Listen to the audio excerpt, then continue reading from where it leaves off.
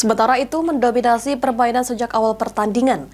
SMK Negeri 4 Palembang berhasil taklukkan SMA Tunas Bangsa dengan skor 12-4. Kemenangan tersebut membawa tim SMK Negeri 4 melaju ke babak selanjutnya.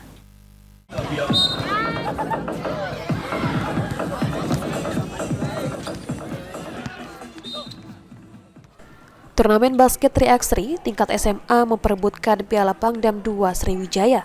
Pada babak penyisian putra, mempertemukan tim SMK Negeri 4 Palembang menggunakan jersey biru menghadapi tim SMA Tunas Bangsa dengan jersey putih.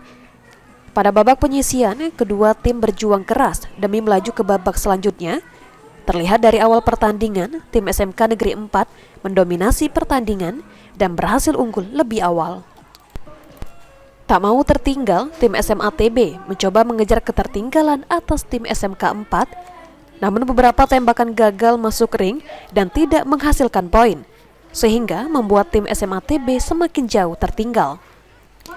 Hingga peluit panjang pertanda akhir pertandingan, SMA TB harus pulang dengan membawa kekalahan dengan skor 4-12 di babak penyisihan.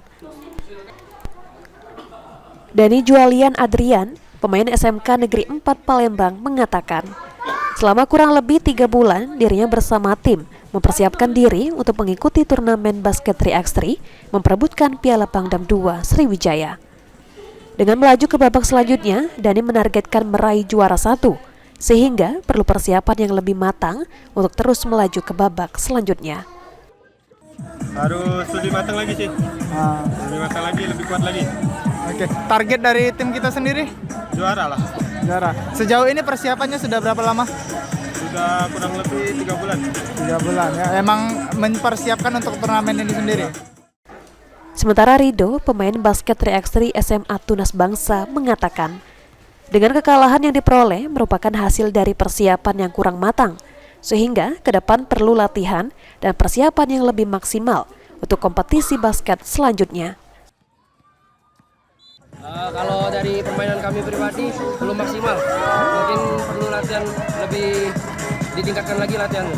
Oke, apa nih evaluasi kita terkait permainan tadi? Yang pastinya kayak mana bola di bawah ring, under basketnya, dan juga cara yang optimal untuk melewati musuh. Eki Saputra, PAL TV.